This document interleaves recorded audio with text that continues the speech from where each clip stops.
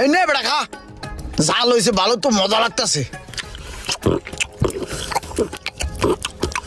ও বাবা আকলা কত ঢোকা দিস করা আমরা কি করে রাখ এ মা আব্দুল পাড়ি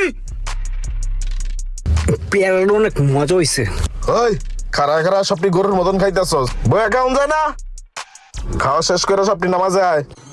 ইরে কাম সারছে, ভাগ ভাগ। খাইছে রে, বলা তাড়াতাড়ি বলা। এই গেলারে যে কি করতে মন চায়।